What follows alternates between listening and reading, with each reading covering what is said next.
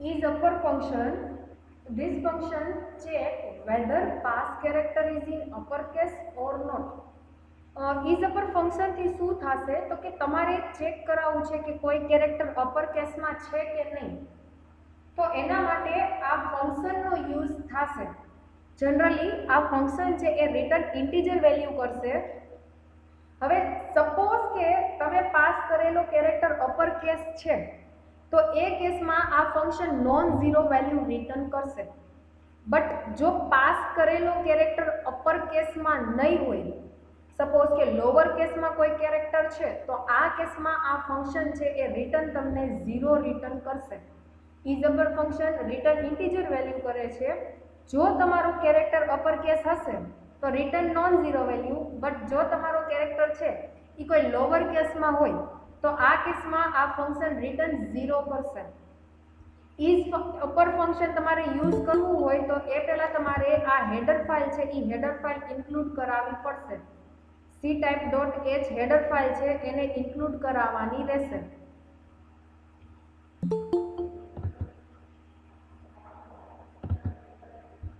Syntax જોઈએ આપણે is અપરની. Return type છે આ ફંક્શનની ઇન્ટીજર છે એટલે મેં અહીંયા લખ્યું છે ઇન્ટીજર. આ ફંક્શનમાં તમારે એક ઇન્ટીજર ટાઈપનો આર્ગ્યુમેન્ટ પાસ કરાવવાનો છે. એક્ઝામ્પલ જોઈએ. સપોઝ કે મેં એક ઇન્ટીજર ક્રિએટ કર્યો છે, એ પાસ કરેલો છે એની value. Is upper function pass કરેલું છે એમાં મેં મારો વેરિયેબલ પાસ કરેલો છે. જો આ અપર કેસમાં હશે તો મને નોન ઝીરો વેલ્યુ રિટર્ન કરશે. આ કેસમાં મારો એ છે એ કેપિટલ છે એટલે તમારું ઇફ સ્ટેટમેન્ટની અંદર જે પ્રિન્ટએફ છે એ એક્ઝિક્યુટ થશે. તો તમને આવો મેસેજ આવશે કે જો %c અને પછી મેં મારો એક કેરેક્ટર પ્રિન્ટ કરાવેલો છે કે આ કેરેક્ટર છે એ અપર છે.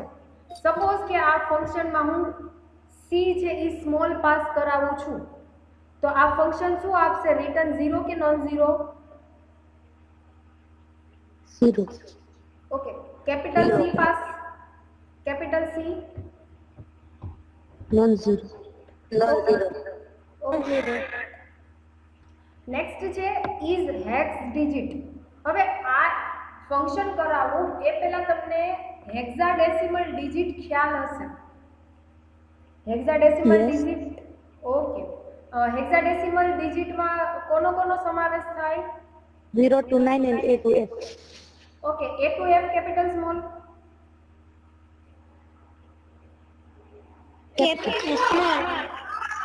Very good, very good. Is hex digit in C programming library function is hex digit check whether the character is hexadecimal digit character or not. આ ફંક્શનની મદદથી તમે ચેક કરાવી શકો કે તમે આર્ગ્યુમેન્ટમાં જે કેરેક્ટર પાસ કરેલો છે એ હેક્સાડેસિમલ ડિજિટ છે કે નહીં. હેક્સાડેસિમલ ડિજિટ એટલે શું? તો કે 0 to 9, A to Z, capital A to A to F અને capital A to F. Hexadecimal digit કોનો સમાવેશ થાય છે? તો કે 0 થી 9 સુધી, કેપિટલ A થી F સુધી, સ્મોલ a થી F સુધી. જો તમે પાસ કરેલો કેરેક્ટર આ રેન્જની અંદર હશે તો તમને વેલ્યુ નોન ઝીરો મળશે. બટ જો આ રેન્જની અંદર નહીં હોય, સપોઝ કે તમે પાસ કરેલો કેરેક્ટર M છે તો M છે એ આ રેન્જમાં આવતો નથી. સપોઝ કે Z પાસ કરાવેલો છે તો Z છે એ આ રેન્જમાં આવતો નથી, તો તમને રિટર્ન વેલ્યુ કરશે ઝીરો. આ ફંક્શનમાં રિટર્ન વેલ્યુ ઇન્ટીજર વેલ્યુ છે, કાં ઝીરો રિટર્ન કરશે અથવા તો નોન ઝીરો વેલ્યુ રિટર્ન કરશે. જો તમે કેરેક્ટર પાસ કરેલો છે એ હેક્સાડેસિમલ કેરેક્ટર છે તો નોન ઝીરો વેલ્યુ, પણ જો તમે પાસ કરેલો કેરેક્ટર હેક્સાડેસિમલ નથી, એનો મતલબ એમ કે આ રેન્જની અંદર નથી, તો તમને રિટર્ન વેલ્યુ ઝીરો કરશે. આ ફંક્શન યુઝ કરવું હોય તો તમારે ctype.h હેડર ફાઇલનો યુઝ કરવાનો રહેશે. સિન્ટેક્સ જોઈએ તો આપણે આ ફંક્શનમાં એક આર્ગ્યુમેન્ટ પાસ કરાવવાની છે ઇન્ટીજર ટાઈપની. આ ફંક્શન એક્ઝિક્યુટ કરી અને તમને રિટર્ન ઇન્ટીજર વેલ્યુ જ કરશે. નેક્સ્ટ જે પોઈન્ટ છે એ શું છે? તો કે સપોઝ કે તમે આ ફંક્શનમાં એ ઇન્ટીજર છે એના બદલે તમે કોઈ કેરેક્ટર પાસ કરેલો છે તો આ સિચ્યુએશનમાં એ ઇન્ટીજરનું શું કન્સિડર થશે તો કે આસ્કી વેલ્યુ કન્સિડર થશે, જે આપણે લાસ્ટ ટાઈમ લેક્ચરમાં આ ઘણી બધી વાર ડિસ્કસ કરી લીધું છે.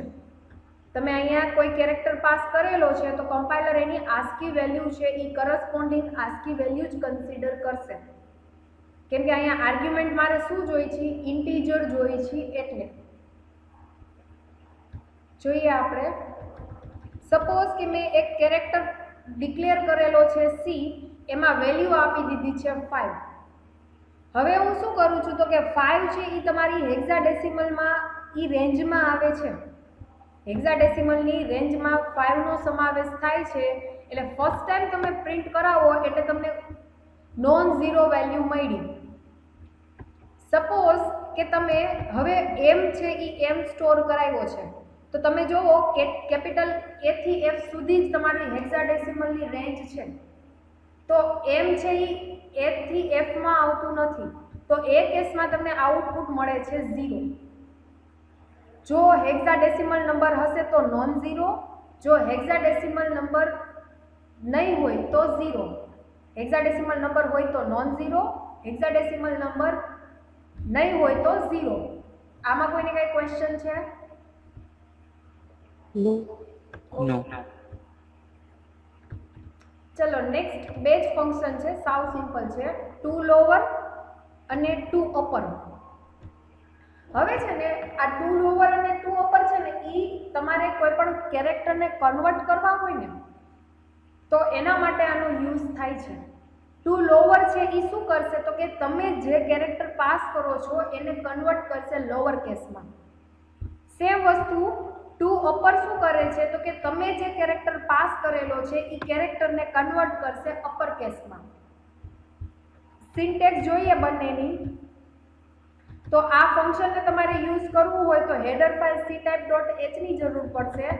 સિન્ટેક્સ એ સાવ સિમ્પલ છે, ટુ લોવર બ્રેકેટમાં તમારે એક કેરેક્ટર પાસ કરવાનો અને આ ફંક્શન એક્ઝિક્યુટ કરી રિટર્ન તમને ઇન્ટીજર વેલ્યુ રિટર્ન કરશે.